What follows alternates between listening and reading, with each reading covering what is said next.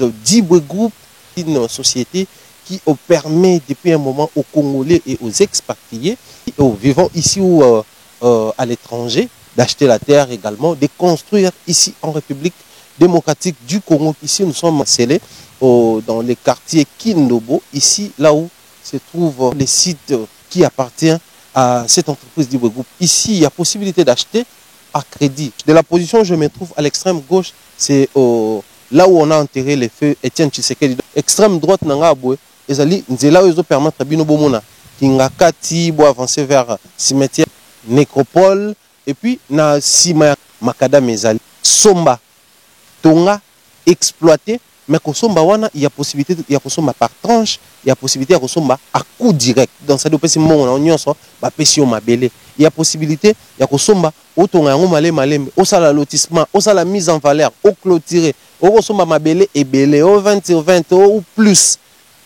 Tout y est. Il y a l'eau, il y a le courant, parce que Boyebi qui est côté au local, la basala mozolé, donc courant comme un facile. Bon, nous avons des terres et des espaces à construire, à exploiter. Na commune à limiter, na commune à Mongafula, na quartier, Mboudi, quartier également Pompage, en tout cas, c'est à vous de contacter l'entreprise Dibwe Group. Aimables téléspectateurs, très chers internautes, bonjour et bienvenue chez nous. Nous sommes très heureux en tout cas de vous savoir nombreux. Depuis les retours, je pense que nous sommes décidés à reprendre en tout cas avec vivacité, énergie, tout ce que nous avons comme programme, projet, et je pense tout autour, il y a une émission d'Abisso, et ça a un très grand plaisir que nous allons vraiment faire une sélection. Il y a il y a vraiment les bossons d'Abisso, une histoire entre les mains. Ils ont des histoires, ils ont bateau, bazo contribué na bateau, bazo komayango, et ils sont parmi ceux qui ont écrit quand même cette histoire que nous sommes en train de lire aujourd'hui. Et quoi de plus normal de temps en temps, pour consulter sur ce plateau, nous avons Jipen Kabongo, les notables de la commune de notable à Bandal, Azana Bapélation Bela Pesa Bandal Wana. Je pense pour nous, ça a toujours été un grand plaisir de le voir sur ce plateau. Mais aussi, il est promoteur culturel, producteur, et je dirais journaliste de renommée, parce qu'il a fait ses preuves. Aujourd'hui, nous allons parler, en tout cas, nous allons focus sur les actualités culturelles de la République démocratique du Congo, mais beaucoup plus penchant vers la réunification. Il y a un grand clan Nabiso Toebi, clan Wenge. Aujourd'hui, il y a des questions autour, réalité Zébélé, mais moi, je pense qu'il m'est arrivé une ou deux fois où il y a un plateau, où il y a Pengla, point wana, le bêta déjà ma solo dango. Alors, le lot, il s'est concrétisé. Il y a des questions qui reviennent hier aux Alouana pour envoyer des bisous. Je pense que cette émission, il y a une émission Djibril Bangalinga, parce que lui, il est trop fan, à savoir, il y a Jipen Kabongo, et je pense qu'il est lors à la servi, Nenge Penza Lingaka. La complicité avec le Dimé Sasso et Zanabiso, nous allons sans plus tarder introduire l'invité du jour. Lui, c'est le grand frère Jipen Kabongo. Bonjour et bienvenue. Bonjour à toi, mon ami, l'excellent de la presse en ligne. Donc, nous allons à Bongo. Merci. Et ça va faire des points d'habitude au Toyebi. Tout le monde est au Kenda. Aux Okindera, malem, voulais-je dire. Et aux Okindera, les colotilelo oyo. Nous revoyons dans la lipongi, n'a pas que non. Chéri Azawana, les alliés, n'a pas norme. En tout cas, coup de chapeau à toi. Et aussi, félicitations à la grande équipe. L'équipe Nomo Bimba, vous a toujours soudé. Parce que Nali Sangande, tout ça m'a révélé du top. Sinon, bonne santé, activité. Bon, Dieu fait grâce, on est là, on est en parfaite santé. T'as ceux qui aux en coloyes, on va toujours soukaïna, aux en coloyes, donc nions au pépélé. Je pense que bon, ami bien notable, je pense que bon, notable, il y a solo. Non, en fait, nabineng au bengi la kabanda, luanande, et comme rande, nande, moi n'eng moi bien. On a comme l'impression qu'il y a une seule commune à Kinshasa. Non, je suis fier d'être Ndalois, je suis fier d'être Kinois, je suis fier d'être Congolais, je suis fier d'être africain. Donc c'est un peu ça. Il faut mettre la tolo na bandal na biso. Tango ora ba fali pour pas mettre la tolo wana. Ora buwenge musique. Produit na biso ya bandalunga. Bandal. Tango yango penza. Donc ora ba kinke sere menea. Parce que kinke sere menea eza bandalungwa. Kinke sere menea eza bandalungwa. Jamu biala bandundu mais kinke sere menea bandalungwa. OK. Lelo ba Kofi Olomide. Antoine Agwepa Makila Mabe, on a Lemba, on a Balingwala, mais Rambo, Ganga Film, Papa Please, Papa Top, mon pao, ils ont Bandalungu. Donc il y a Jossar, il y a Vimba, Bandalungo, Papa Bandal. Papa Solba, parce qu'on a idéologie, il y a solidarité Bandalungo. Donc c'est un peu ça, donc pour dire quoi, Bandal, et ça bongo, plaque tournante, il y a culture, il y a Kinshasa, il y a culture, il y a RDC. Donc on tourne à l'écran à Bandal, moto à Outan à Bandal, a toujours moi le remorbe. Ferrego là, l'artiste Solba. Ferrego là, maternité naïe musicale, et ça bongo, Bandalungo. Il est natif de Ngringi, certes, mais il est Bandalunga parce que va découvrir l'artiste Ferrego à Bandal. Mon ami et frère que je salue d'ailleurs, Koumoumanda chante. Aza Njiloa, mais Manda chante l'artiste Aza Bongo Bandalunga. Donc, va découvrir l'artiste Wana Bandalunga. Il y a même à ta mère, na basuka suka mère avant d'aller na Bandalunga. Tu es là qui mère na bissoir. Tu es là qui na Bandal. Donc, allez-y comprendre. Bandal, c'est quoi moi bête là, moi ma cambo belé quoi. Très bien, je vais commencer par une question. Il y a Trena Jipen Yemoko. Ça, c'est. Enfin, visiblement, c'est ce qu'on voit. On a comme l'impression, surtout remonter 5 ans, 10 ans passés, Jipen. Il y a une vieillesse, on paraître toujours la même personne physiquement, trop jeune, trop proche. En fait, il y a un secret pour se maintenir. Secret, c'est la discipline. Il faut avoir discipline dans la vie. Je pense que bongo marié, na moi si moko. Très bien. Donc je pense que bongo, ba discipline ka vie. Ko li apé moi bio, ko melaka pe moi mingi te, simba pe mingi te, repos pe moi belé. Il faut genre moi pungi. Il faut genre na moi pungi. De so bi ma tourne à soir, fazaka moi tourne moi. Donc ba discipline ka vie donc ba excité. Excès ne mutu ezo sala, ezo ma na makambo belé ba excité donc so okombela, mela na moi na moi discipline. Ce qui peut faire voilà ça na moi discipline. Donc ils ont discipline en vie peut toujours soza Jésus-Christ na Jésus-Christ soukaï na ba faire donc yemuto au saral to zara pepele donc Jésus-Christ ndé secret à solo. Super, je pense que c'est un très bon conseil surtout pour nous qui sommes encore balé qui na bango voyant comment est-ce que bango va se maintenir.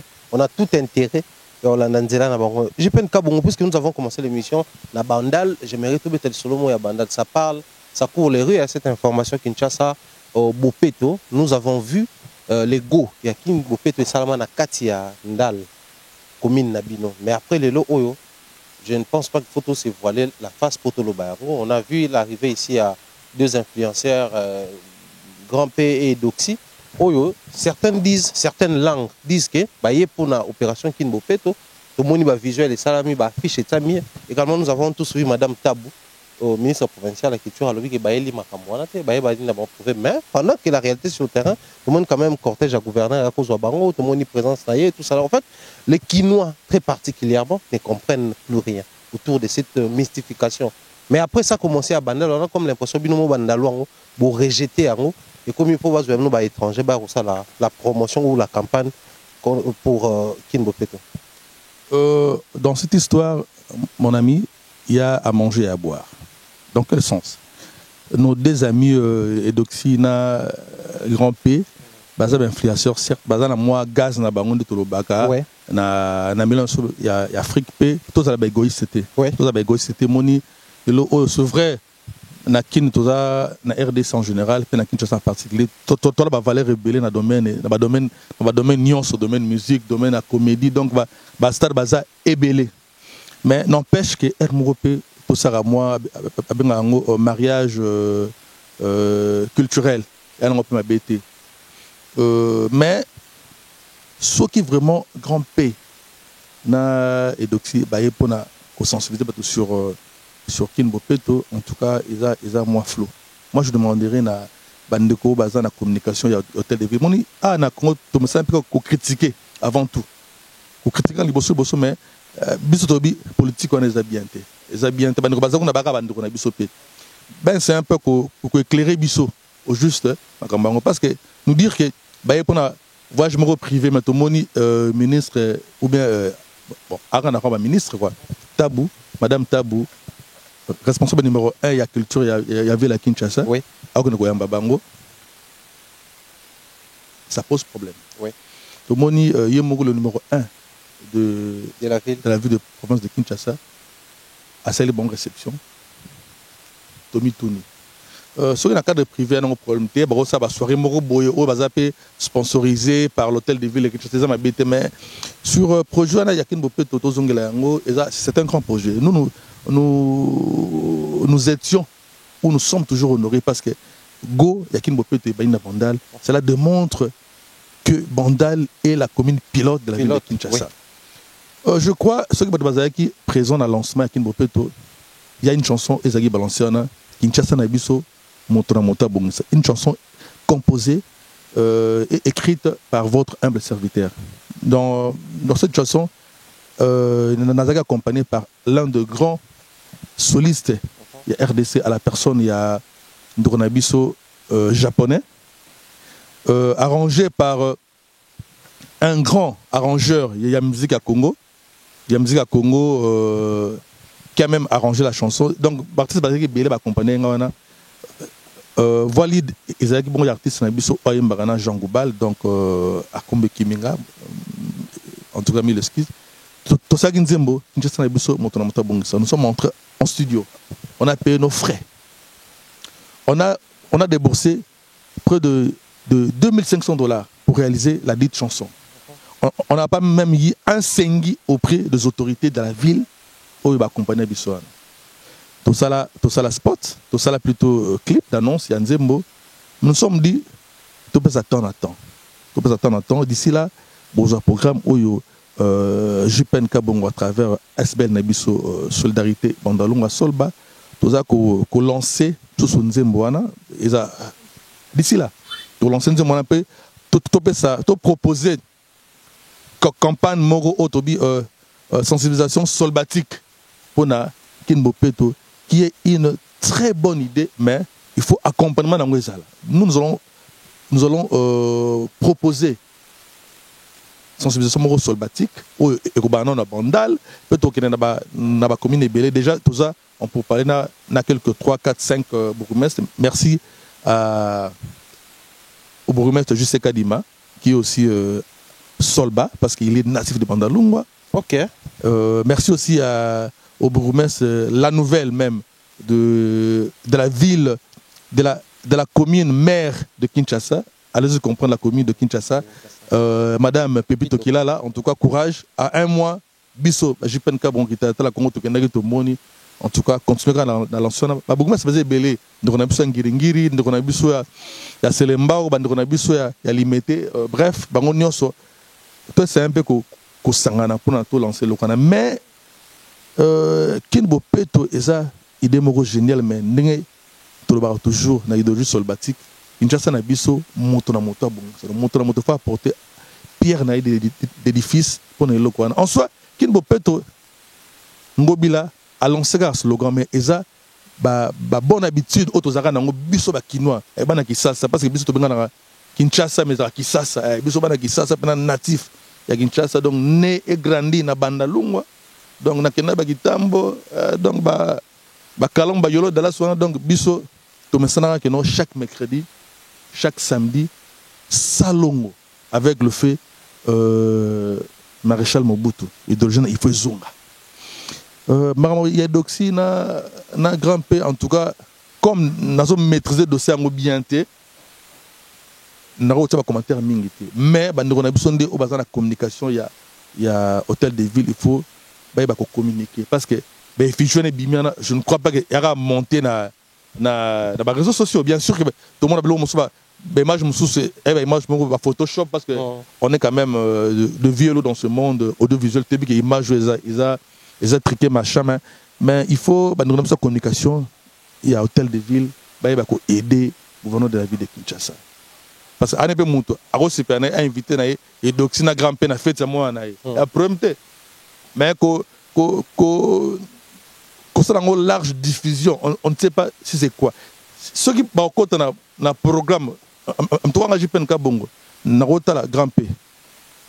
Grand P, na imagine Mogwana à rejouer. Grand P, à cause d'un micro à l'obaté, à communiquer. Et donc, si n'a faire jouer ces bango, bah jouer pe scénario moroboé. Na kada kinbo peto, ou sanksi bango moi ça c'est moi ni moi c'est idéologie. Et alors on peut m'abêter mais kozora bango, bah ko sensibiliser sur kinbo peto c'est un peu vide quoi. Donc nos amis de la communication de l'hôtel de ville de Kinshasa doivent éclairer l'opinion sur Elokana parce que, en tout cas, et bêtisi bato belé mambako. Nga mo na fâché li bosso. Fâché no moi mon ganzi mo na ndenge banana wasko esprit évaluer katinda le benanga wa ni ba yuma pa mpa madi mboka ba bodo mboka ba sans souci mo kiringonga mboka ba ndeko na ngai elombe mboka ba sai mboka ba vieux nani ba vieux ngalufa tutonga wo ah papa mais bon. J'ai soulevé un point puisque tu clore nabiso dossier j'ai soulevé un point au Lobiawa. Dans un manager congolais également, il venait d'ailleurs de à Salito Bengango, le moi expression et ras-le-bol naépé pour les dossiers également. Kolobakeno, aujourd'hui, qu'il soit invité par les gouverneurs ou pas, mais on voit quand même les gouverneurs et la presse du gouvernorat parce que chaque mouvement là-bas, au monde, la presse les autres filmés, balati ba gilet à gouvernorat. Accompagner quand même les artistes. Mais il faut voir. Il faut voir. Grand pédant. Attends, moi, on est en Côte d'Ivoire, mais à sentir que non, t'es. Là, c'est que le cortège pédant. Cortège, les mêmes personnes se plaignent disant que non, ceux qui sont organisés d'activités, on ne voit pas les autorités nous accompagner de la sorte. Une chanson d'ailleurs dédiée pour l'accompagnement, la visibilité, la vulgarisation. Il y a qui jouer même la présence, il y a le président de la République, jouer à ouverture, mais vous allez accompagner. Le président a organisé Mboana à Ningana. Le président joue un rôle. Ok. Tu auras l'occasion, il y a une exclusivité dans une émission. Merci. Balancer moi extrait. Le président Mbogo a vu Nanzembo. Oh, mais ce qui doit être invité à attendre. Ok. Nous avons invité à Katindale parce que le président est voisin. Comment ça? Oh. Selon la loi, et puis si que non, moto face à la Salongo à 100 mètres, je crois, il y a un dagonaï. Alors le président, à celle gars, oh mi que lobby, à Sali Salongo, lancement Salongo à 100 mètres et à Chebango. Là, je pense qu'il y a natif, il y a Bandal, précisément il y a quartier, Kassavou, Otobenga, Abisonio, Sinkin, Sinkin est à Kassavou, c'est pas Jipen Kabongo, na Makelele. Acheba fali pour pendant basileo. Vous comprenez? Ouais, nous sommes bandalunga. Pas secteur de chose à Sinkin. Tu vois, président Arana Bakayao, mais Azas qu'on a ngamboya Adoula. Donc président Aza a mon quartier Bachirika Fouba. Ok. Adoula. La première résidence, à moins que je me trompe, la première résidence, il a fait Étienne Tshisekedi. Étienne Tshisekedi, le grand prêtre des Arawana. Donc papa là-bas Fachi. Ils ont un Bakayao. Donc Fachi Osaka, Osala Salongo. Côté là-bas. Devant chez Bangon Nengelo lobby. Donc c'est hasardé. Donc vieux ben à moi. Oh, il faut ne. Attends même à service mais bon on a besoin de Tolingana raté. Tolingana raté mais trop se laisser faire. La chanson va jouer et va comprendre la sensibilisation, la vraie sensibilisation solbatique de Tolobara parce que on ne doit pas seulement critiquer, mais il faut aussi apporter des pistes de solutions. Au moins, banalise les critiques constructives et non pour venir nuire non, on n'a pas besoin de ça. Ce que m'a besoin de en tout cas, il y a Argentine Ngobila parce que vous avez vu dans bandal. Argentine Ngobila, moi, na bandal. Moi, le oyo bandalunga et si maman m'a belé na politique, ton président de la République. Bandalunga. Banalimeté à boto la bite. Aza bandalunga. Aza ngiri aza tatape alimité parce que avant ni wana na libota na ye. Tu comprends? Wana parangala de Kinshasa bena solo. Aujourd'hui numéro 1 l'Assemblée provinciale à Kinshasa. Excellence Godem Poy Bandalungwa, Elipe à Bandalungwa. Aujourd'hui numéro 1, il y a presque congolaise. Ebit. Azala. Mouya excellence Bandalungwa. Aujourd'hui numéro 1, il y a musique congolaise actuellement zanan. Ah. Papa, analyse chroniqueur, il y a solo. Aujourd'hui, je suis fier de le dire parce que aux chroniqueurs à solo. Donc le total sentiment, le numéro 1, il y a musique à Congo, Bandalungwa. Allez-vous comprendre Banda les Sindi Penaba number 1 à faire donc on est censé se bisou na Bandal, tous un peu modèle. Tout ça la na ndenge mo akozala lelo oyo banda ba génération banda ou ba vague banda vague au tilelo et ça a succès la musique congolaise ezani wenge parce que tilelo ata ba fali ba faire ezaka ba na ligne wenge c'est toujours le clan wenge yaka toujours clan wenge ezani ni bandalungwa donc tout ça na devoir mo nene biso bana bandal toi bana na mukumba ya deux fois te yango biso to ça ba fort et que bandal il a toujours na moi ndenge na moko boy lo lenge mo akozala toi na droit na erreur te parce que to sunga pe ndeko biso o bazo sala bazo diriger ba nini to sunga pe bango so ma bezalité ndeko ngobila moni olo beng c'est doxy nanani beng ça comédie osala biso na nini na ba nini de rire wana ba comédie wana parlement du rire moi ça rablo wana moi joana wana kini moi idéologie on est là on est toujours là s'il y a moyen on peut être de consultant on n'a pas seulement besoin de travailler à l'hôtel de Kinshasa mais des jeunes congolais des jeunes quinois qui ont des idées on peut passer là ba preuve na bango pas biso ya bombeza te parce que na kini le komaka sur le bioté wa ebiji penka bongote donc zimonka donc tout ça ba moi comme nous sommes na mboka on a domaine culturel on s'y connaît dans ce domaine benga jipenka bongo benga problème mukendi obengi non siko trop ça nini pour ça la bonne on va apporter nos idées et on peut faire une grande chose pour ça dans un contre arriver na bango te mais il faut ba canaliser ngonde moi bien parce que et bêtise vraiment ba quinois pe ba quinoise mabaku le Cambouana ya de Mukuse na Vimbova. Très bien, je pense que c'était très important tout le bela makabo on a commune pilote ya Kinbopeto exact commune à Bandal photo le bas place Go et Salamaki et c'est important quand on a un notable sur ces plateaux tout mais quand on il est notable des Bandal mais c'est quand même la et de la ville de Kinshasa aussi je dirais c'est quand même l'image de la ville de Kinshasa on ne saura citer les grands noms bato ba impacté ville à Kinshasa sans que tout citer JPN donc quoi de plus normal to beta mais to rozonga kaka Bandal parce que JPN Kabongo sur ces plateaux je pense que c'est très important que nous essayons de voir ces grands clans que nous appelons les clans Wenge ba piliers à Wenge yomo to ba c'est les grands courants il y a musique congolaise au tilelo et réussi qu'on persister pendant que ba courant il est kanya ba clan langa langa ba clan viva ba clan zaiko tout ça là mais quand même on voit et viva bana kata clan langa langa OK parce que sur tant la musique rose première vague ba génération moi première vague ça ba wendo kalosoy ba d'Olivera ba nani ba vient ba mon grand-père Maître Taureau aujourd'hui deuxième vague sur ego vend ses musiques na biso voilà aujourd'hui Grand Calais Docteur Nico Lombo Makiadi Lutumba ainsi de suite ba bien na nyos ba beta boulay nyos ba na vague wana wap na bebe na okabula no to komi na rumba fiesta wa ba tabulay ba Grand Calais ba Docteur Nico to na rumba Odemba oya ba Lombo Makiadi ba Bokolo Isenge ba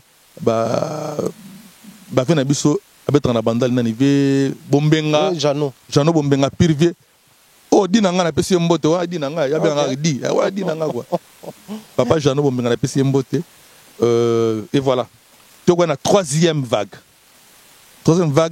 wa ce que ça clan Zaiko a quoi apporter touche à ce kana na musique par rapport il y a Seben parce que les gens bah comme ça lelo beba rateke non Seben Ngbasuma ezana kati rumba ouais dote no beta de rumba na Seben na deng basuma te Seben ezana kati rumba eza vaste donc Seben ezaka tangu ndoko na biso papa na biso que je salue d'ailleurs depuis la Suisse Manoa Kouakou avec une vitesse musu na guitare nde Zaiko mteko na Seben wana Zaiko na Seben et puis ndoko na biso Raja Kula avec une danse et puis ba criper bandi wana zali apport mené na Zaiko et na troisième vague et puis quatrième vague yagi quatrième vague eza wenge musica yango eza tilelo wenge musica et goya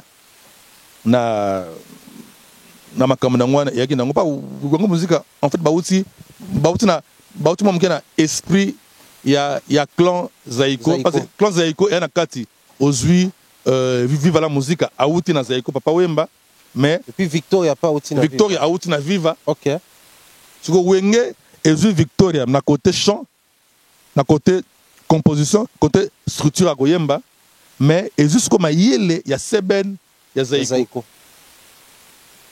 Et on ne peut pas ignorer les lots et Koba sur cet album, il faut mettre un générique. Les bosso et style oyo, Wenge avec Dylan Cry. On a mis ça en Game Boy bien. Dylan Cry. Parce que vous avez un bandal, mais vous avez un esprit à Kinshasa. Dylan Cry, Roberto Kokota. Aïna ngoma magi mwana mose ndaba bakubandundwe. Donc en fait, aïna ngoma magi et comme ce style, batunia ce comme Kofi à cet album avec une loi générique. Mutuba à donc en fait et outina Wenge. Très bien. Avec Roberto et Kokota. La première personne, donc, musicien Liboso, artiste Michel Liboso, a une inspiration, il y a générique à un album et Wenge et Tiango Liboso na Kine Bouché. Notre première chanson, générique. Il y a comme un modèle là-bas. Batu Nyonso. Aroma toujours, Abeti Banzembo, générique. Batu Bunga. Générique, très important. Donc, c'est une partition de Kati Yaruma. Donc, tout Kabola Rangote. Et on est le Erosama Kamanango, donc, au Monagado, Bafali Poupa, Bazokour, la correspondance. Na Wenge Musica. Ok. Parce que, à ta quartier latin, en soi, Kofi Olomide est de la troisième vague. Kofi Olomide est de la génération Totobe Ango Bongo. Il y a Zaiko.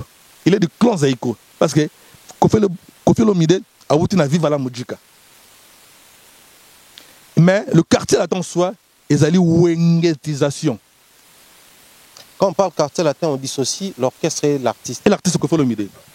Kofi Olomide a compris que non, pour la côte en G, il faut akoma na ki wenge moroboy. Personne tali bien et ça la mia na bandalt. À zéro pas il y a place wenge parce que place wenge en soi ils na avenue Lubumbashi. Avenue ba il y a ba amunanga sécurité nani à Bouboul yondela et moi il y a Lubumbashi côté benson na sala dans quelque part on a ba idée kamba avenue wana avenue Lubumbashi et le quartier latin et bandi wana Willy Boula azanan Bandal à part Bandal ananga mouvement zanan wenget bon ba tala petit wenge ozi ba nani ba burom pela bazanan Bandal wenge ozi ba Ridens Makoso. Donc en fait quartier latin soit ils ont le droit wenge muroboy. Il y a un esprit à wengetisation. Quartier latin ils ont bon na katia wenge. Ils ont une vague à wenge musique. Le quartier latin. Il y a un même animateur na magie je crois. Na magie ouais, na magie animateur bon. Na magie animateur on a c'était Roberto et Kokota. En tout cas 100%. Aux yeux drum wana il y a Kapangala. Il y a Segem Mino Maniata. Donc le quartier latin c'est le wenge. Donc si le lo yakara wenge donc wenge a mérité toujours l'éloge naïba gloire parce que c'est une génération de gloire et je vous informe que NASA en plein chantier il y a de cela déjà 4 ans jour pour jour Nazo Koma livre moko Nazo baptisé ango Nazo intitulé ango plutôt Wenge Musique une génération de gloire et je vais essayer un peu à relater mon macambe belé sur le clan Wenge Musique. Pendant qu'on y est, on parle clan Wenge Musique, nous sommes impatients, je dirais, Toza Moté Maliko pour lire ces livres qui va sûrement venir encore apporter une pierre dans la construction de l'histoire culturelle congolaise. Moi, mon plus grand souci, je pense, au niveau où nous sommes arrivés, c'est de voir les Congolais écrire l'histoire de la culture, écrire l'histoire de la musique. Parce qu'il faut dire, quand on parle culture congolaise, les vecteurs les plus puissants, c'est la musique. La musique congolaise a su importer, imposer la culture congolaise, je pense, sous d'autres cieux. Et aujourd'hui, quand on parle congolais, on voit son identité musicale. Certains même disent que non, Congolais sont botami déjà tant on est là, au senti qu'on est là na mélodie. Sans te couper la parole, Nadal a interviewé moi dans les réseaux sociaux, il y a Arafat, paix à son âme. Oui. Ce monsieur était sincère. Oui. Il a dit tout Congolais apparemment Azam musicien. Azam musicien. Ndeka masana ngai na tshuluka lobaka na ADN na biso apparemment ndule zalaka parce que la Congolais n'y a la musique na makila. Et surtout que Arafat, pour paraphraser, à l'Obaka, ce que l'on réussit sur la musique décalée, ce qu'on reconnaître la musique congolaise, c'était aucun nulle part. Sincérité à bon de Tolingi. En tout cas, paix à son âme, chapeau à ce grand panafricain. J'ai peine, vous êtes en pleine rédaction à livre, mais aussi aujourd'hui, c'est l'actualité qui occupe la toile et au Bissotozali. La réunification, nous avons tous vu les photos et la vidéo qui circulent. Je pense que la vidéo M. Baksamaki, les administrateurs, tout le monde est 4 ans. Mais tout le monde est Baksamaki, tout ça, tout le monde est. En fait, je vais commencer par les débuts. C'est quel message photo, vidéo, tout le monde la réunification. Après autant d'années, il y a incompréhension, il y a tentative ratée, il y a dispute. Je vais aller plus loin. Après, on voit les clans Wenge, les vrais clans Wenge se réunir à nouveau. Ah bon, faut clans arabes. Enfin, quand je dis les vrais clans, il y a première ère quoi. Donc, pour dire pionnier quoi. Pionnier na bango voilà. C'est une très bonne chose. Ouais, c'est bon. C'est une très bonne chose. Cela démontre les sous esprit à Bandalunga. C'est-à-dire esprit à s'approprier on fait quoi toni ko s'approprier te meza bongo eza bongo moni bato ba te wenge soki lelo wenge et comment wenge ke ezwa ke bato nyonso ya bandal loka génération na biso nous sommes de la génération wenge musica. Tout à fait. Nous sommes parce que par rapport à moi, ma famille, banini, on a pu être bercé par la musique de King Kassere Meneya, de mes oncles, le frère Soki, moi musique moi belé yoka ba grand-père Benz Bozi Boziana va venir langa star mais nous tous au là maintenant donc wenge musique ane zaki pour identifier tout le monde à Bandal. Dans quel sens? Wenge musique ezaki orchestre succès à danger na Bandal. Mais wenge musique a un esprit à sangisa Bandalungwa. Donc ceux qui wenge arobeta na lemba azo kumisa Bandalungwa. Automatiquement tout le monde à Bandal a comme s'identifier par wenge musique. Wenge musique a un qui BCBG. Il faut ça là. Moi na wenge, il faut tanga chic, autant à wapi. Écoutez, j'y pas tanga na les Bombay. Ou tanga na Saint-Jean, ou tanga à Boué. Il faut ça moi na chic. Il faut la BCBG. Chemise nous a propre. À tout à l'heure, version c'était boué, mais chemise nous a propre. Zali, mbatuno propre. Mais le filan qui est dans le monde, il y a qui ban so bamasa banjili. Retourne en mandat ton agi. Mbatitia wa. Te na wenge faut au régler. Ok. Donc réglage. Na wenge okoya na lipapa te na wenge musique. Ateza ya Kenzo. Il faut ça na fermer. Et ça c'est na politesse. Oh, les papas morts n'ont été wenge faut la fermer.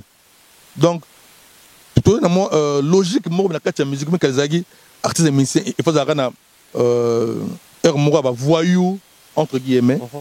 Mais wenge et qu'on a autre mot donc automatiquement bah tout le monde se s'identifier dans clan wenge surtout bah jeune époque na biso na époque ezagi avant biso na après biso sur le wenge et la classe au moins dans le wenge moi na Bandalungwa eza bornaye ako se retrouver moi na ya Gombe Pepele moi na Gitambo ainsi de suite. C'est un peu ça donc il y a un bon de wenge et c'est que mutunyo sa bandal a comme jeune sa bandal a comme que s'identifier na wenge. C'est vrai déjà tokutara na biso King Kassere Meneya parce que wenge est aussi na esprit ya Victoria. Zaki katindale tonga ba katindale mabele ko tika la mabele. Moi déjà azo sa valeur na la commune na Bandel monsieur va bien dans le ba dilo système natif à Bandalungwa basta basé ben va bien dans ba il y a trio majesty comment il s'appelle vieux sexe ça coule sa majesté bonne santé vieux ba ga vers d'ailleurs mère muta d'ailleurs en tout cas ou mela kulutu. Donc c'est un peu ça, donc esprit à unité. Bon, c'est le bras, je pense trop falli, c'est le temps à long mouvement. Moi, ma triangulation. Donc on a fallu à tirer poids. Bandalunga tokanga. Mon esprit bandal. Ok, esprit wenge. Esprit wenge, esprit bandalunga. Esprit unité. Donc, trop na concurrence na biso mais keba. Kosi manji ben pianate, kosi mansonete. Comme na radio kula te on a vient na biso katindal. C'est que mon esprit à unité, esprit à solidarité oyo dans le blanc toujours solidarité bandalunga parce que dans la solidarité est une force. Et ça esprit moko et c'est que na wenge lelo oyo panini wenge ma wenge esprit d'équipe. Bagalo ka ba frère Dalton. Esprit d'équipe, T JB président. Marcela fondé ainsi de suite. Et ça esprit et ça na déjà malgré ba comme c'est ba vendre ce yagawana comme sama et ma époque et le moment est bien choisi pour nous c'est le et ça esprit animera bango. Mais le moment est bien choisi. Je vais revenir un tout petit peu en arrière Kakanayo où nous avons eu à évoquer analyser autour de ces thèmes à plusieurs reprises. Ndengeni ni bandai kukuka koresio yango parce que pour entreprendre projet ko sangisa bango bo bandi yango kala place wenge to beta masona tout à l'heure. En fait, c'était un projet bien défini, mais ça ne marchait pas. Et quand ça masiko au moment opportun, tous les gens ont bien choisi, mais certaines langues analysent disant que non, les temps est comme révolu pour na bango, on a du mal, il y a pas problème belé sur le terrain pour accrocher na projet bani ba bimisa. Non, je crois. Merci l'excellence de la presse en ligne. Merci. En tout cas, je crois tout le belango plusieurs années passées, oui, sur ce grand projet. Où ils arrivent dans nos projets à Clan Wenge Bangomogo. Et on a aussi à participer à un projet Wango, donc JPN Kabongo, JPN Production, et notre ASBL Solidarité Bandalungwa. On a eu à fignoler ce projet. Il y a Sangisa. Non pas qu'à bâtonner, mais le clan. Parce que le Wenge Musique, c'est tout un clan. Tout c'est un peu que Sangisa Bango. Makambo Zaiko Ratango. Zaiko Ratango. Vive Ratango. Fait un podium, tout le monde a Kofi Olomide. Papa Wemba. Na Emené. Bango Trawana. Vous êtes invité à Rédi et consort. Baratango, le Oyo. Qu'est-ce que c'est? Papa Wemba pas à souci. Le Oyo, Dieu merci, a gardé le leader Wana. Il y a Clan Wenge, les 6. Parce qu'on peut tout dire. C'est ça l'identité à Wenge. Donc, JB, administration. Adolphe, non, Bango 6. Banino na 4 fondé Marcela, Salem Akaba Weranson, JB Mpiana. Adolphe Dominguez na Blaise Boula. Bango 6, donc Bango, tout le monde est pionnier par rapport, il y a ordre d'arrivée na Bango na Wenge, par rapport, il y a temps Bassal na Wenge. Mais ça aussi c'est un problème. Hein. Ils ont parenthèse, c'est pas vraiment à l'ordre du jour. Je pense qu'ils sont au prochainement au Luka pour tout vraiment à long et à large. Donc, vous voyez la même émission. Je venais de suivre une émission, il y avait Aimé Bouanga. Il a contredit beaucoup de choses en ce qui concerne la création. En fait, dans lobby, par rapport à l'ordre d'arrivée, par rapport à temps, Aimé Bouanga la bangote. Ce sont des gens, parce que la jeunesse, il y a Wenge Musique. Il y a un vrai créateur fondé à Wenge Zaye. En fait, s'il y a des fondateurs de Wenge Musique, Togozwa, Didier Marcela, Weranson, Aimé Bouanga. Par rapport à la recherche, Bango Misa doit mériter la fondation Wenge Musique. Sans oublier, continuer la musique, mais Zala la fondation. Aujourd'hui, l'ambassadeur qui Jabron. Très bien. Et il y a Jean Machiro Kifaya. Ok. Machiro Kifaya, il y a Jean. Le frère de Weranson, le cousin de Weranson. Oui. Bango Bazakwa, la fondation, il y a Wenge. Parce que Machiro arrive par exemple, chanteur à l'Ibosso, il y a Wenge. Ok. Donc, Basali, moi, Cop na Bango Ananji. En fait, un musicien. Didier Marcela, Weranson, Aimé Bouanga, Bango Bazo mérité kozala ba fondateur ya Wenge Musica. Bon le trouver en mais ndenge ba betali sapo onge wana tout respecter bango selon moi. Ndenge ba pesa version ezali par rapport il y a ordre d'arrivée et par rapport il y a temps. Parce que Adolphe Dominguez aina ki besi na Wenge. Adolphe Dominguez nta fongoli ba couleur il y a staff, il y a Gombe, Anne-Marie, la fille au bois noir, Anne-Marie Kundo, que je salue d'ailleurs. Maman boss, n'a pas si un beau-frère, mais à l'époque, Anne-Marie Kundo, Akou. Pour la Jibayemba, Akou, il fallait aller par Adolphe Dominguez qui venait souvent chez Bisson à Royal, et pas Général Kundo. Bah, Ada Bombole, bah, Coston Marie, bah, non, bah, vieille Adolphe Dominguez. Très bien. Donc, Dominguez a apporté et le mot qui BCBG à Wingwana. Adolphe Dominguez. Blaise Boula, a une solo à chant, a une sab. Donc, a une ma comme na Wenge. Donc, baye sima, baye écoute un mouvement et salami, mais bango baye quoi na port, oh, et salake, ma rompe, ça mouvement, ma rompe pesa.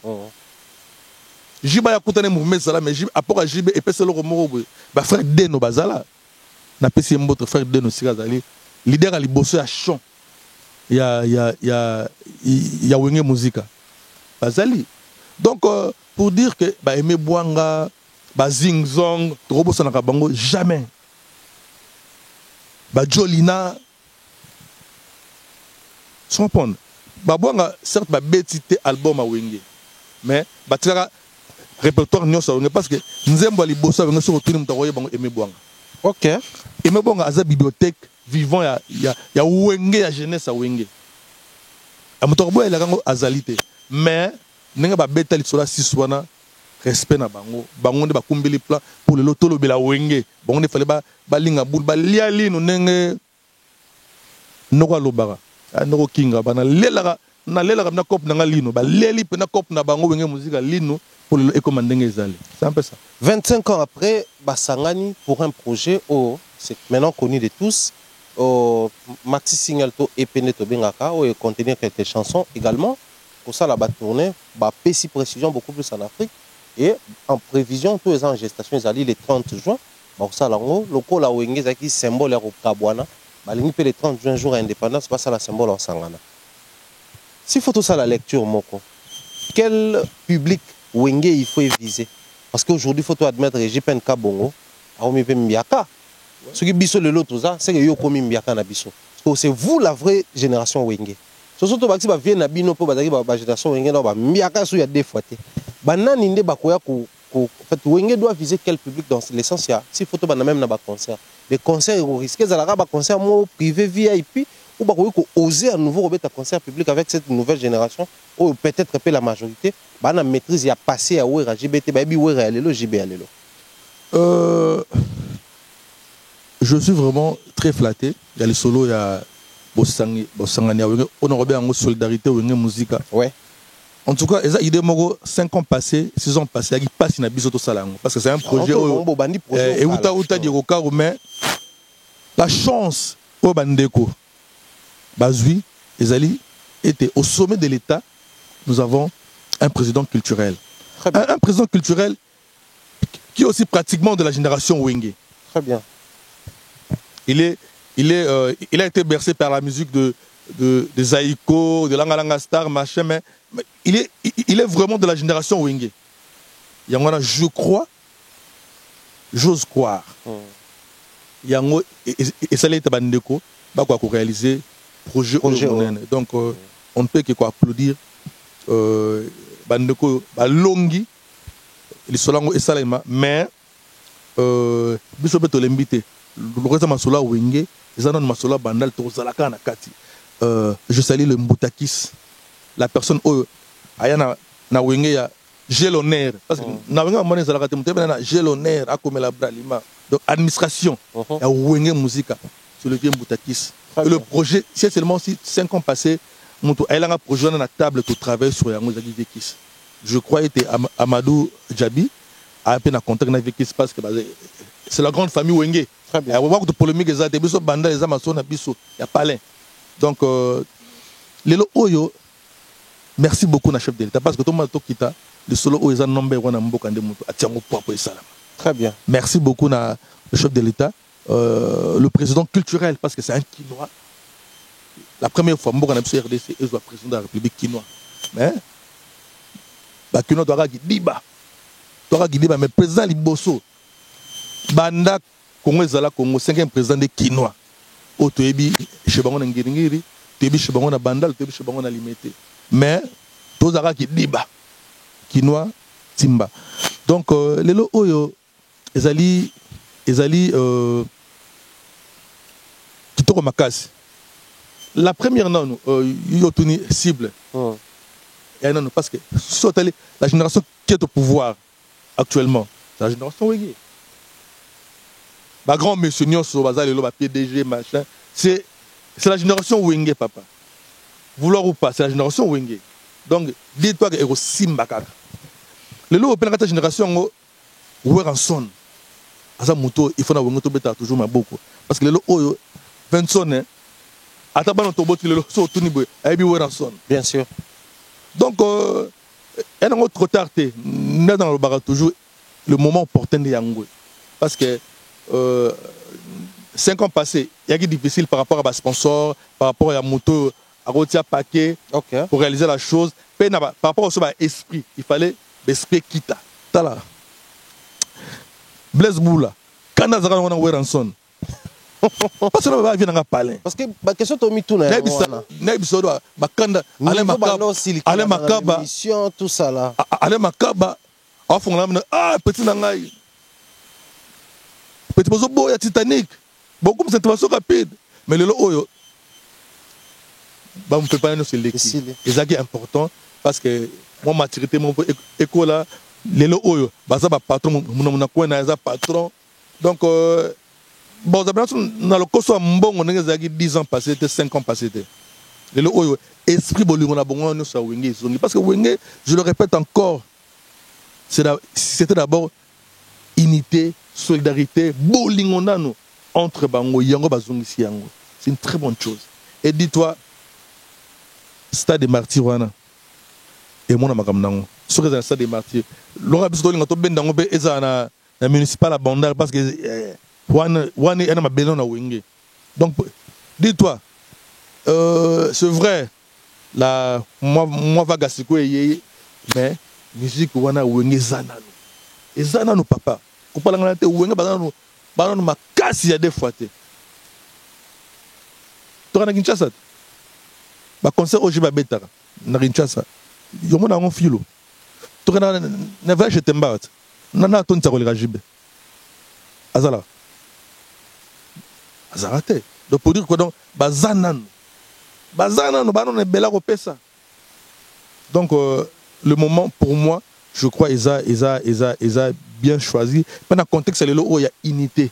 Il y a le Congo a besoin, il y a unité pour pousser et qu'il y ait pour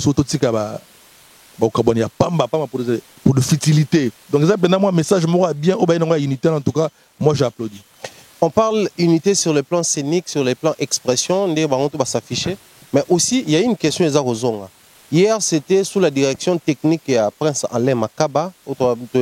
Vraiment, c'est une personne qui a pétri des connaissances et des talents. Quand on parle de Wenge Musica, on a la matière. Quand on parle de Wenge Musica, le Wenge Musica, la musique de Wenge, c'est Prince Alain Makaba. Très bien. Wenge Musica, Prince Alain Makaba n'a pas commencé Wenge dans la début. Il a trouvé Aimé Bouanga, Zingzong. D'ailleurs, Maître Naye, il y a guitare, il y a zing-zong. Viens il y a carte. Parce que, il y a les sola bandel, mais il y a venu, il y a Molar, il y a quartier Molar, il y a quartier Lumumba. Mais il y a Moléar, parce que il y a Mouta Tongali Bandal. Et puis, il y a quartier Lingwala. Quartier Lingwala, là où je réside maintenant, il y a de cela 5 ans, 6 ans. Dans le quartier Lingwala. Et ça, quartier Blaise Boula. Et à quartier Blaise Boula, Zingzong, Balé Makaba. Na tata Lingwala. Na mona banda na tata Lingwala. Mais Blaise aza mwana ya Lingwala. Na aza mwana ya Kasavubu, mwana ya Sinkini. Pour dire quoi? Zingzong soliste à Libosa Wenge. guitariste il y a le bossa Wenge a écouta Wenge ba bassiste parce que na Wenge ba trois bassistes Wera bassiste Bwanga bassiste Marcela bassiste Zing Zong nda habité yom mais quand beta compa parce que personne beta ba guitare nyos ne ba kaboli Wera moi compa il y a moi solo ba ainsi de suite vraiment kabola bongo siko ayaka na petit na quartier Ale Makaba oyo avec sa guitare mais Ale Makaba comme na vision d'aigle hormis à travers un zing makena déjà qu'on travaille la musique de recherche na ba bobongo et donc ce que Wenge ce vend na Wenge bazing makena mikili par rapport à famille la musique de Wenge ok bana mulolo la musique de Wenge c'est Ale Makaba le coach le maestro c'est Ale Makaba. Quand on parle de Wenge musicalement c'est Ale Makaba qui savait que T Wera Orbeta 2 JB a repointé 7 c'est Ale Makaba l'air coach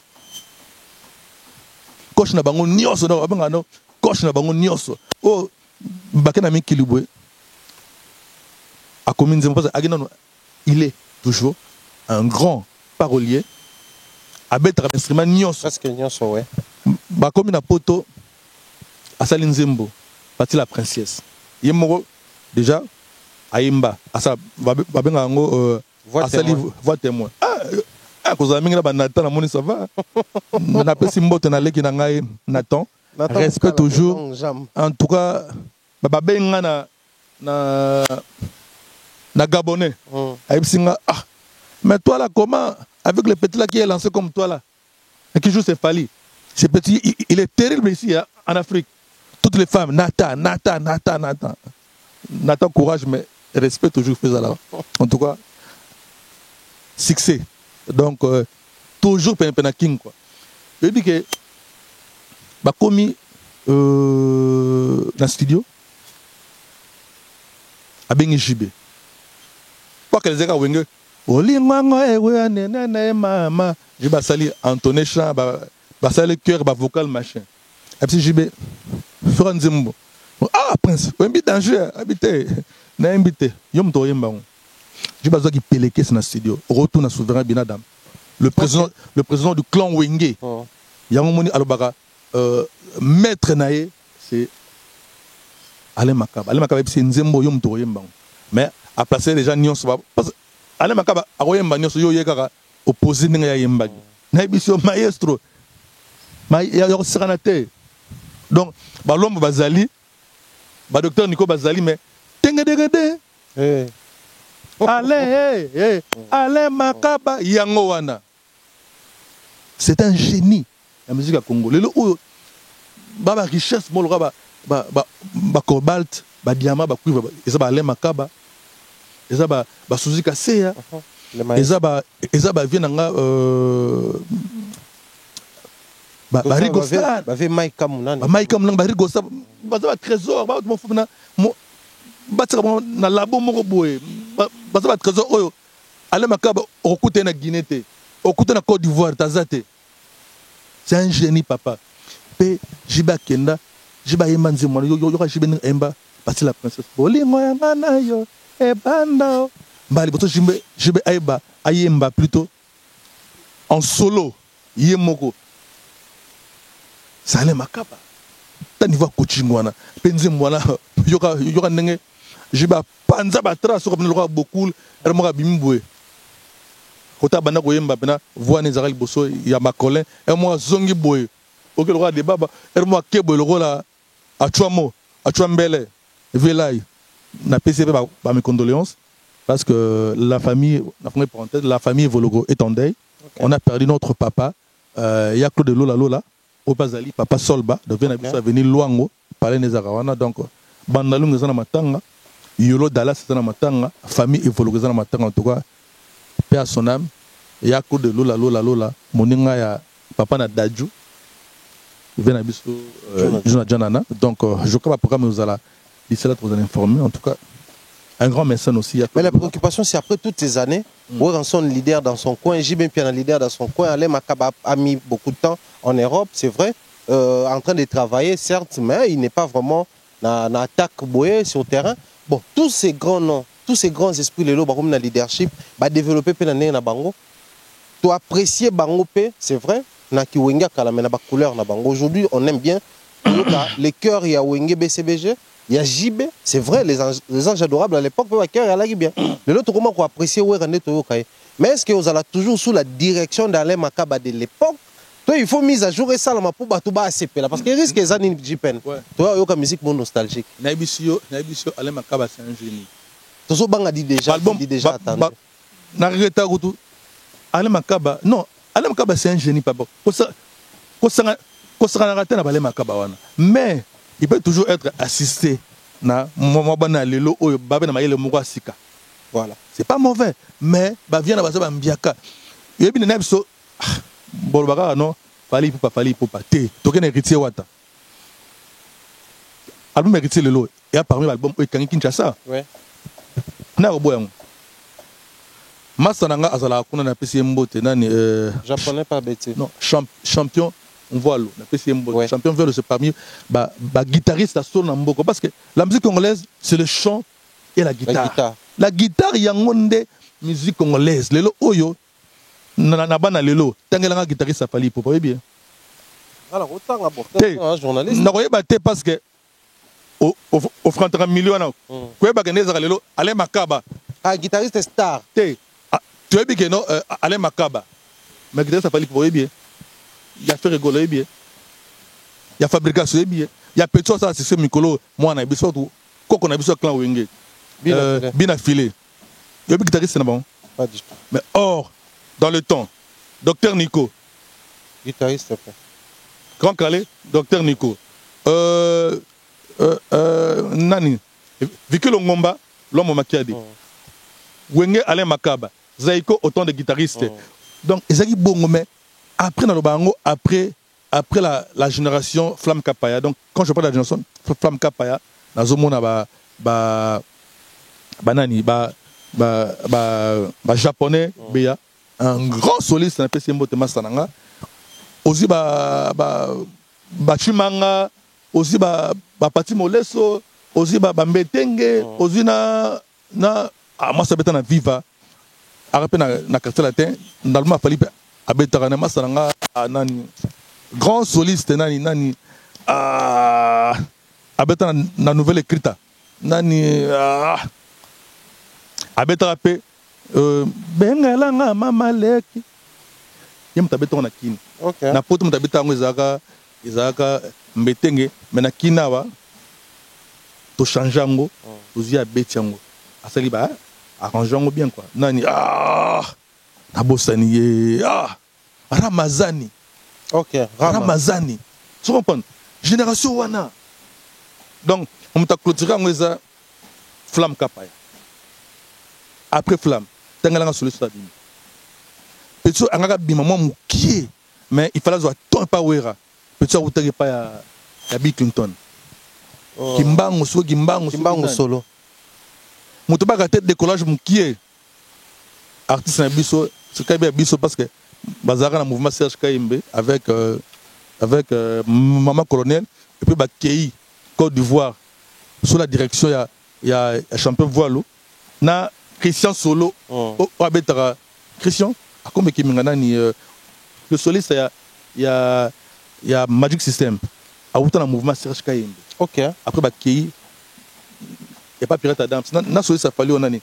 Après, moi, générique Mobe, ma canal plus Alvarito Solo. Il n'y a pas à rater chance. Moni, Alvarito. Lelo Oyo, soliste, c'est na Congo, ouais. Il y a moi décadence en musique nabiso. On a plus de solistes attitrés. Baza souste. Lelo topé de gaba grand soliste nagisus masananga atukufa Daniel Azaiko. Ouais. Atukufa topé de bagien. Alors qui va basangana qui peut pas lutter solution mais marché. Topé de bagité ça danger masananga le bukabuya. Masananga Surata Chanda allez na potokona nemte so beta kayu grand soliste bavena biso ba so bela ba tira tira biso aba soliste na vena biso ba nani Mujangila Bongo Wen aussi ba vena biso ya bazaiko. Donc la guitare eza force ya musique na biso lelo oyo guitare eza musique na monde ezalaka biso na ba américain. Je comprends. Allez Makaba pour revenir à ta question, allez Makaba a moto osana été. Allez Makaba aux en face na ba leader cette fois-là. Na bisa aux na ba leader ba na ba groupe ba koma na ba orientation allez Makaba na ninga na bango na ninga idéologie. Allez Makaba coach na bango. Ayi bango. C'est dans les années non, dans les années moto asimisanga micro mali bosso. Galonje mpano. Robert Nzuzingoy. Ba ozalaka ba coach na nga na vie. Tu comprends? Au parlant de atalogie pembe na bimisi pembe moi bana mi balé mi ça tout moi touche na ngaye mais Turbo ça n'a toujours été. Allez Makaba c'est le coach du clan Wenge, c'est l'esprit Wenge même, donc la musique de Wenge c'est lui d'abord. Tu comprends? La musique de Wenge c'est Alain Makaba. Donc ayebi jibe ayebi wera a comme ça so bilingue mususu ko tabajibe na ba wera na ba Blaise Boula. Mais n'empêche pas à la paix sous comment dire, bah société moi jeune après moi na manière je crois le prince Alain Makaba à travers na studio sûrement collaborer avec la jeune musu les na par exemple il y a musique il y a Héritier Wata ngezali parce que excuse vena biso nani a soliso nani vena biso un grand soliste. Babel so ba kala ba ok jazz. Ndem ta beti ba guitare wana. OK. Au travers na ma dilu na console comme negoya. Ndé a beti ba guitare wana. Le vieux Kaim Madoka. OK. Ouais, à Bokaki. Le vieux Kaim ta beti ba arrangement wana. Moi j'avais dit à Héritier mais normalement le bosso, et ça danger ben na ok ba guitare té. Na pas ça que même maintenant champion voile. Et je suis fier le Héritier à tenir compte ba remarque il y a biso ba tout normalement le toy moqué à musique, il y a rumba surtout, le oyo. Il y a pas match, il y a pas photo. On peut tout dire. Qui est le guitariste attitré? Il a fallu Poupa. C'est le Rigo Star. Pesanga ta une minute. Pesanga. C'est le Rigo Star. Papa Ostra na bato na te bandoki. Tra Rigo. A betra ba friza. Taboulé. A pesi Bailo Canto, forme musique. Lelo Oyo, Fali Poupa. C'est le Verigo. Oro na katana ba ve Suzuka Sea. Oui. Ko panga na te donc ba vira ba génie le Congo to ba génie. Soko bilengo ba malelo yo. Il faut ba yo ka ba viona ba 500 mel na bango. Moto lokola Neymar. Petit c'est un démon. On travaille sur un projet parce que je suis tout le temps là-bas sur un projet Bélé. Non, c'est un démon. Petit c'est Aya Pembale Makaba. Ah, boyo solo. Pour dire quoi? On doit respecter la viona kala. On parle de qui lelo ba kokate. Lelo na lobi tozo ale Makaba na Congo te. Ba no to ba beta lelo o mutu mota ko na ale Makaba. Donc lelo oyo beaucoup de respect na ale Makaba. To me kutuba ba do ba makamwana ebele ama musique. Bébé ngote aibi Cyril Mbenzate aibi même ata do a Congoté. Papa, na mboko yo, toi le guitariste à danger et na Wenge Musica, il n'y a pas un grand comme Alain Makaba. En fait, la musique de Wenge Musica, c'est la musique d'Alain Makaba. C'est sa musique à lui. Donc, il y a le motif ça non. O te mais ma chérie te, o chérie me t'attends ça Gianni Versa, c'est ça y est. Donc la musique de Wenge Musica, c'est la musique de Alain Makaba. J'ai une très grande préoccupation, je pense que nous allons chuter avec ça. Faisabilité. C'est vrai, tant que vous avez élaboré le projet, vous savez que la forme est à fond, vous tenez compte de l'aboutissant. Calendrier de JBMP, le calendrier de rançon, la disponibilité, parce que là, maintenant, le départ, c'était une interview à Lobby, puisque le master Bélé va côté, on a se déplacer, mais pour la suite, il faut rentrer au studio pour chanter, il faut répéter les spectacles au livrer. Est-ce que vous avez faisable, quelque chose de grand, parce que l'histoire nous rappelle ici que non, Wenge Musica a créé de l'influence dans le milieu de spectacle. Vous avez même sur le spectacle à Côte d'Ivoire et à Cameroun, aux Zonia, au senti que Badjo baponara mboka te mboka tout bakoya ba livrer un grand spectacle pour marquer plus baleka. Maintenant, na ba descendance na bango on voit ça chez les enfants bango mo ba boti, on voit ça dans ba groupe respectif bango mo ba créaki. Maintenant pour s'y prendre, tout tenir compte à programme JB Awere Alem Makaba et les autres, mais après en même temps faisabilité dans ils en a des formes. Mais tout banana en termes de répétition, de rencontre, pensez-vous que vous avez la bango facile nan ba comme il est là? Donc que c'est facile, non, c'est pas facile, mais c'est faisable. Ok. Donc que c'est facile, c'est pas facile, c'est faisable parce que le moyen y est. Et aussi, la personne qui dirige le projet actuel, c'est un vieux loup dans l'événementiel. Il s'y connaît. Donc, tout ça, parce que Zangai Nazawana Tena, et Rosimba. Parce que Moto dans le projet, il n'est pas n'importe qui. Il n'est pas un va-nu-pieux dans ce domaine. Oui. Et aussi le moyen, parce que ce que nous fait défaut deux fois pour organiser des événements de grande envergure, c'est plus de moyens. Moi, j'en suis sûr que le moyen est à disposition à Bango. Et aussi la personne qui est là qui coordonne l'événement a peu moto à Yebi Moussala Yango. Donc je crois et ça manango bien. Donc mon amour ceux qui ont eu engagement à respecter engagement naïe. Donc je crois Jubin Piana, c'est un monsieur, Ranson idem, Alem Makaba, Blaise Boula, et voir même Badbazagi, mon inquiétude, il y a Adolphe Dominguez, Tata, il s'est prononcé d'ailleurs. Il y a Kenagité, parce que Adolphe Dominguez a joué visaté. Benson, Adana, le Loranzoto, Bangot, le Loranzoto, mais or Tata Mtali, Bosso, Poto na Wenge, Akena Poto avant ou Wenge, Zara Wenge. Mais n'habitez, bon, n'habitez, Tata, Lora Doki, Tata, vraiment n'habitez, bon. Adolphe Dominguez, Angata Masolo. Donc, faisabilité, ils en ont. Donc, ils ont facilité, mais c'est faisable. Mais ce n'est pas facile. Par rapport à mon occupation, machin, mais je crois que ce sont des responsables, ils vont faire de leur mieux pour accorder la violence de façon que timing, mi pesi, pour l'activité, ils ont respecté. Par exemple, tout le monde a donc, où on a JB, Bayebani, ainsi de suite. Bayebani, équipe monde, beta, Bayebani Makasi. Moi, je vais rouler dans d'autres bouées. Et puis, ah, où est-ce que ça va? Attaque un immense. Les années, match, Batia Bando, mais Bayebana. Parce que Bayebani danger. Donc, il y a un angle et au Salima. Donc, tranquillisez-vous et au Salima, topé ça, on a des chances et réussir. Parce que ils ont symbole, il y a unité en RDC. Ils ont symbole. Et de part, ma cambre bela malamu pour la musique na biso ya Congo. Et puis ça s'appelle les sons. Na ba jeune comme ba Fali pour ba Ferregola, ba nini. Ba ça ba métissage mo ezakito makasi. De l'OP, na mon projet de dynastie. Un bon projet. Nga le tina lilara projet à concert mora monene na LC to na Zénith, il y a le marquis. Attends, concert les marquis. Et le ko wake up to zanga yonka. Tout le monde a ndou le mois wake up parce que la fertilité. Concert wake up et moi ça ndenge nini. Tu comprends? Moi je trouve il y a académia. Attends les beaux sociétés mais académia la majorité va te baser. Donc et c'est quoi moi et parce que moi goûter ma kambwasika il y a qui tourne na mboko to lembi ba fertilité.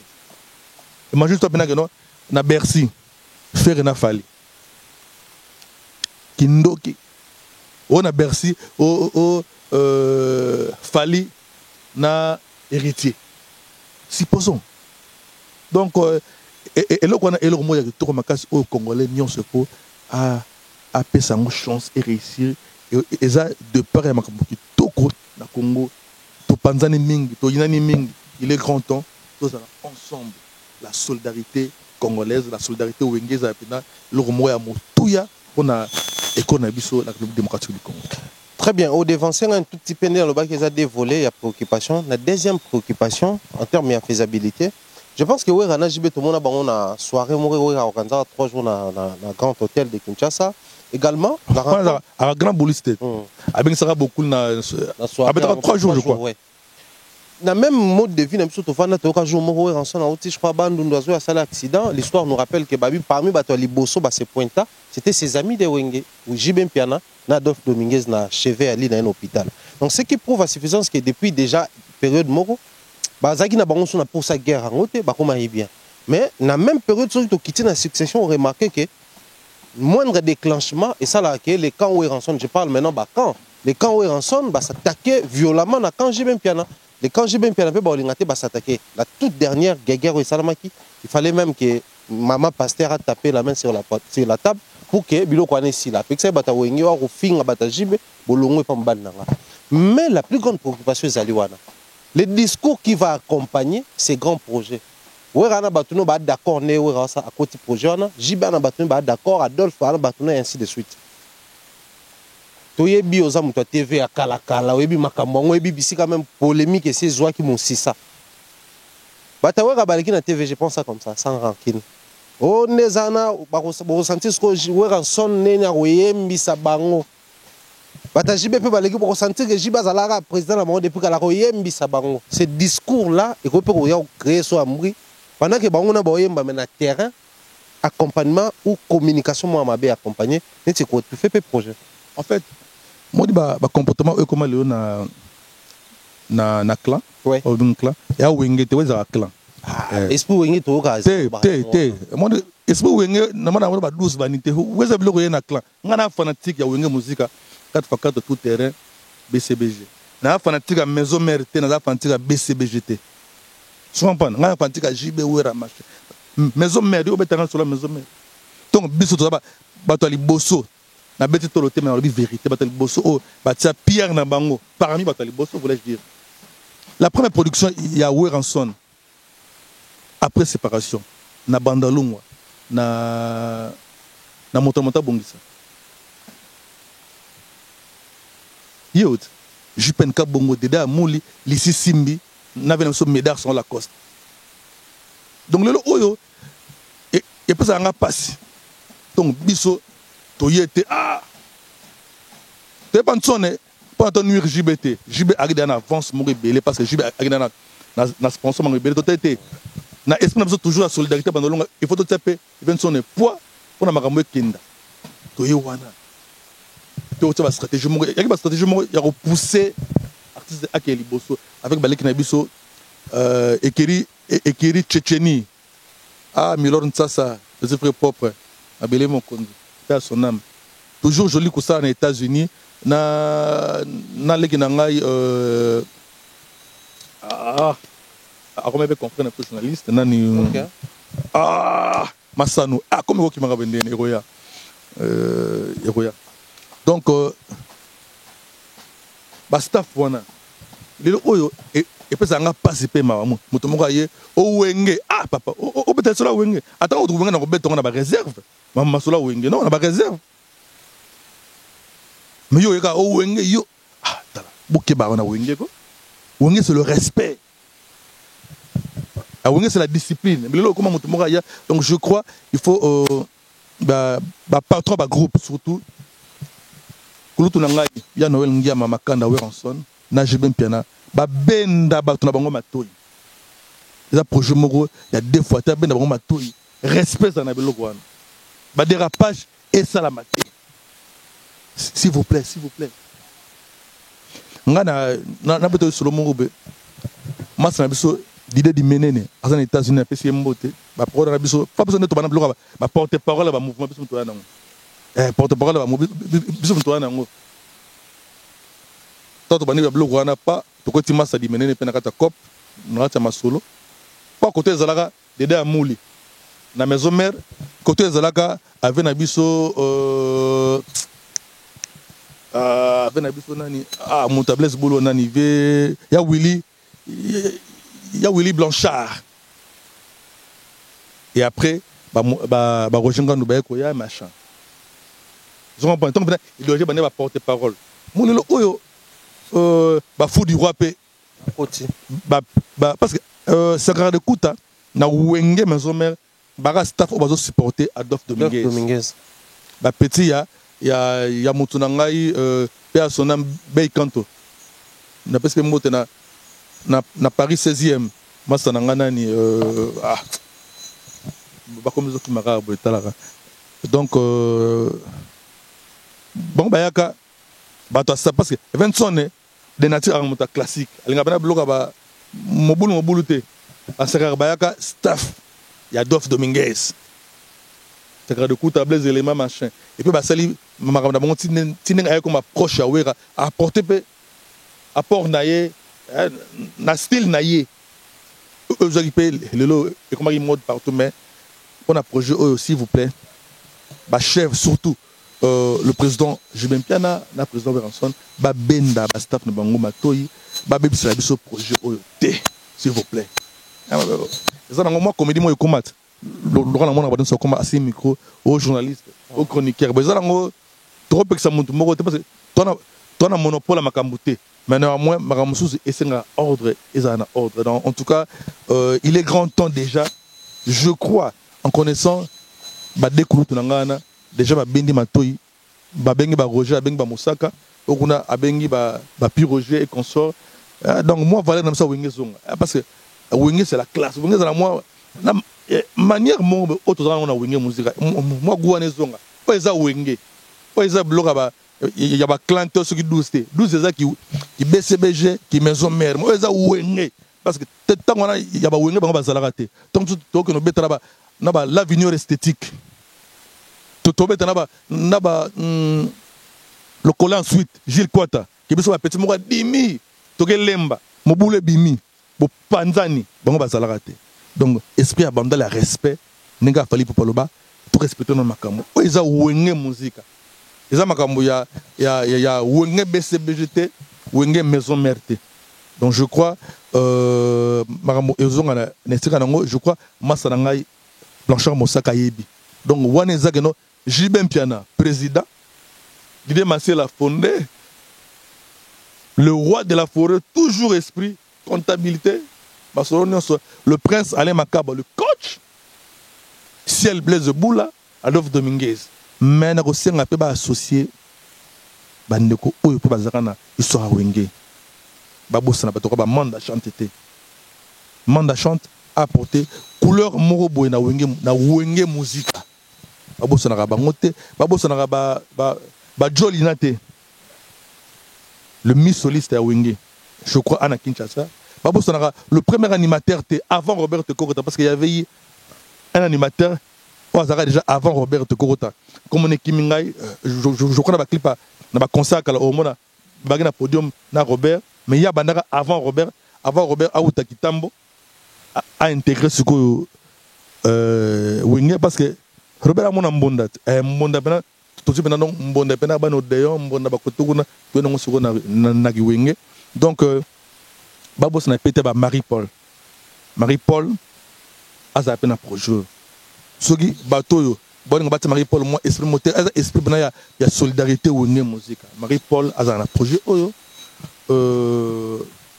Aimé Bwanga aza pena projet oyo en fait ezako bazo retracer histoire ya vie na bango c'est très important et ça marasu deux fois donc ba besoin de côté ce que ba bengi yo ko ya teke no ngai fondé ngai bete oye invité ya li solo moko boy parce que otikala inapercité na vie na yo makamba Wenge ba bengi sa pe Riko ko Bulambemba parce que arrivé pa Bulambemba na Wenge en tout cas ça makambo nango donc baza mo ebele ba bengi sa bango et ça que to makasi donc ezapena solidarité à Wenge musique ba o père Rosalate à tenir bon rigueur mais moi baton atangi balé mais surtout bazanga na projet na pe surtout la commune de Bandalungwa doit trouver son compte dans les solos à Wenge.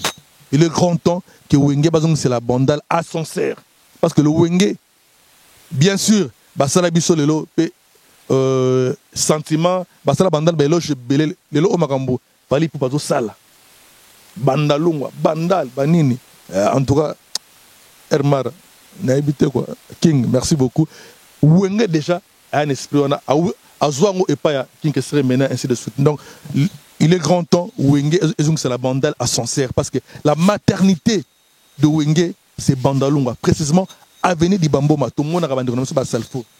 Abumao, ils ont coaché Banda Masona Bango. Nous avons besoin d'un grand festival. Et ils ont Bandalunga, dans le terrain municipal. Le festival organisé par le clan Wenge Musica. Ils ont abandonné parce que Wenge, Bandal, c'est l'histoire de Wenge. Surtout l'avenir di Bamboma. Il faut l'avenir di Bamboma, mais maternité na Bamboma, nyokola ba mère wana nyoso ya batinela ba ntiri di Bamboma, nyokola bango na manzanza machin. À son sérieux ezongama. Pourquoi pas lelo oyo? Après concert wana ba bongisi école laïque. Auto tobanga Saint-Mikate na di Bamboma. Et c'est ka wera nsona tanga. Et c'est ka la première dame tanga ama Denise.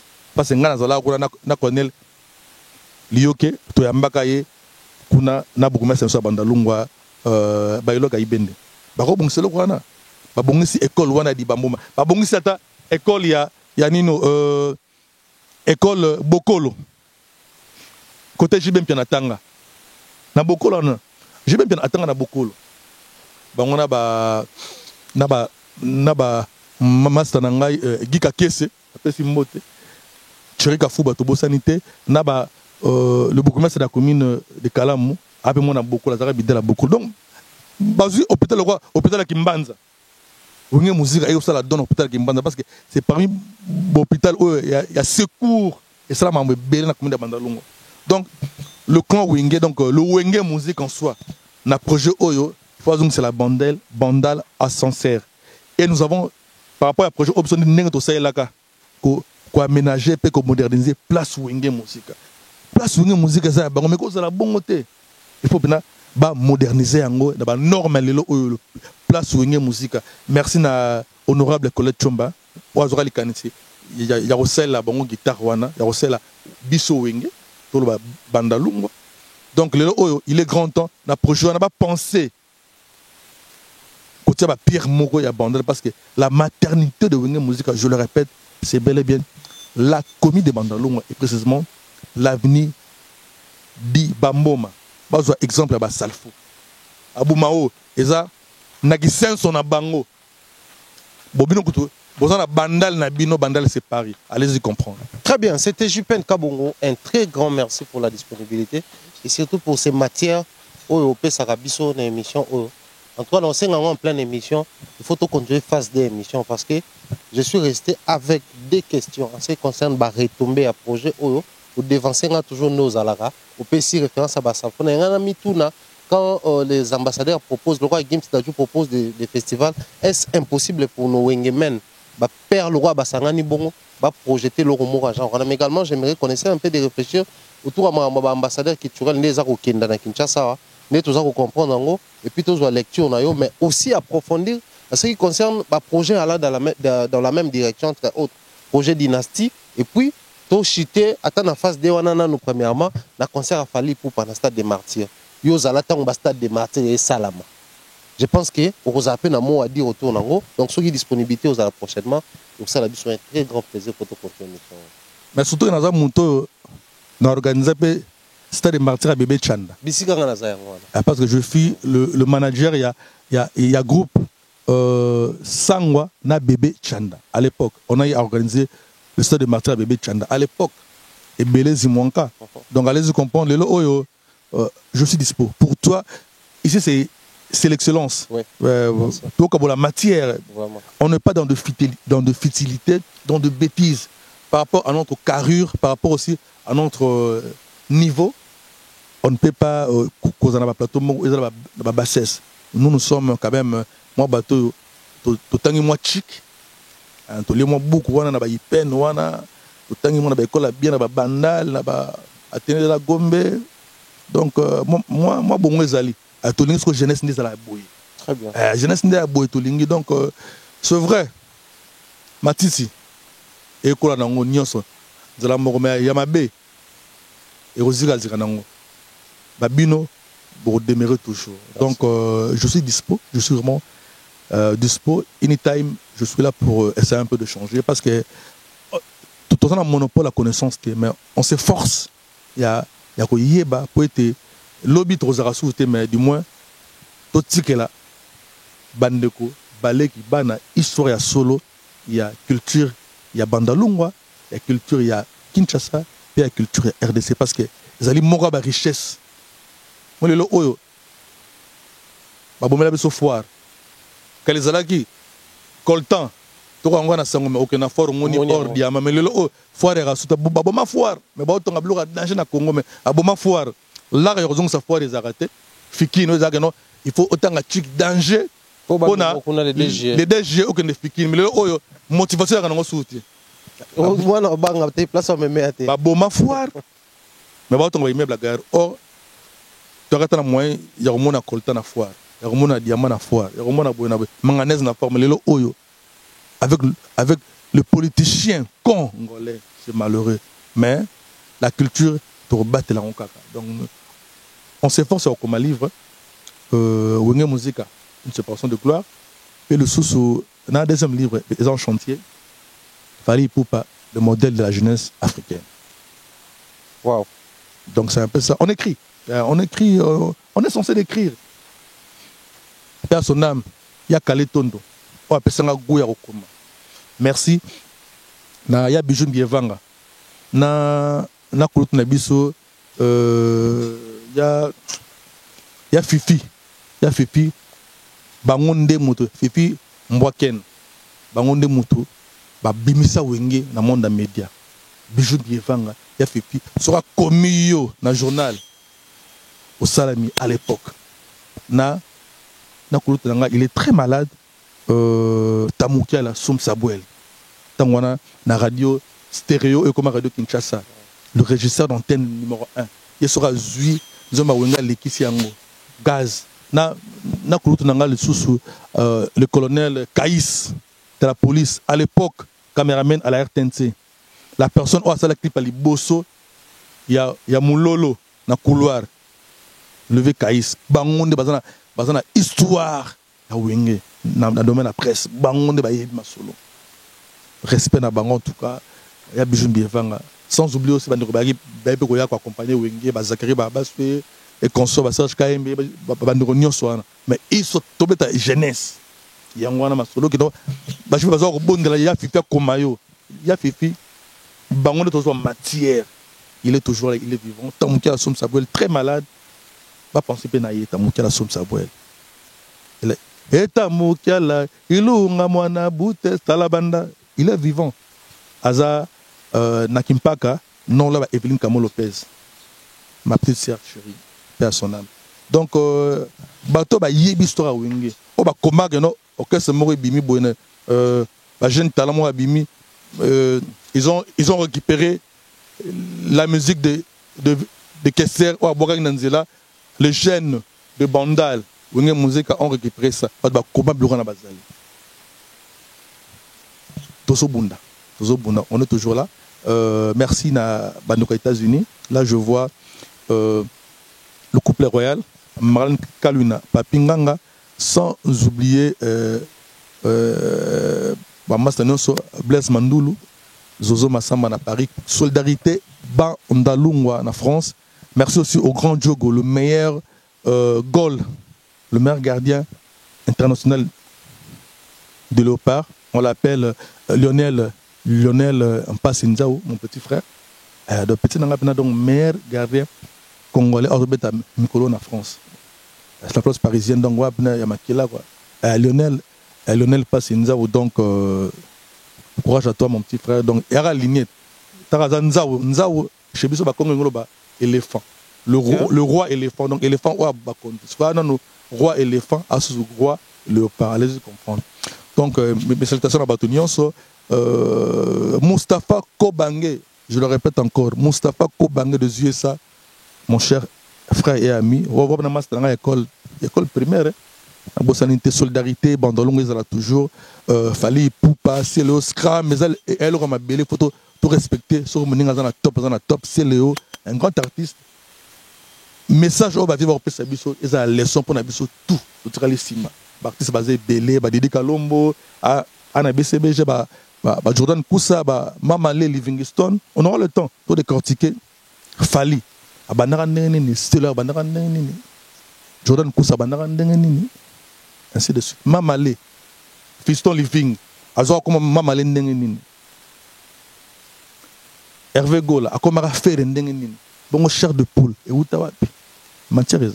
Très bien, je pense que la prochaine émission est la riche en connaissances, comme ça a toujours été le cas avec JPN. Voilà pourquoi si vous avez bien balamoko, mon dérangement soit comme à ma casse, beau continuer, et il y a vie nanga, alingalingate, aïbine na télé la raie pression, on finit par procéder, tout le si mbote na mère Abou Pia.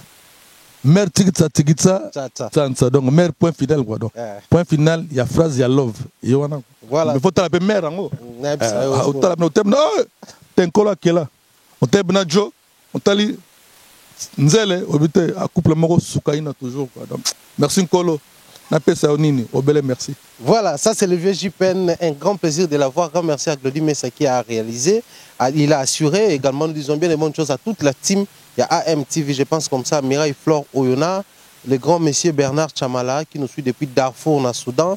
Et également dire bien les bonnes choses comme ça à Nadine Mayo, toute la famille Mayo, il y a Bovik Mayo, Poli Mayo. Et bien les bonnes choses à tous et à chacun, Tati Eric. Bien les bonnes choses à toi. On se retrouve très prochainement si Dieu nous prête vie dans le même bonheur. Tous awa et puis ça va y meurt bien. D'ici là, portez-vous bien. À la prochaine. Bye bye.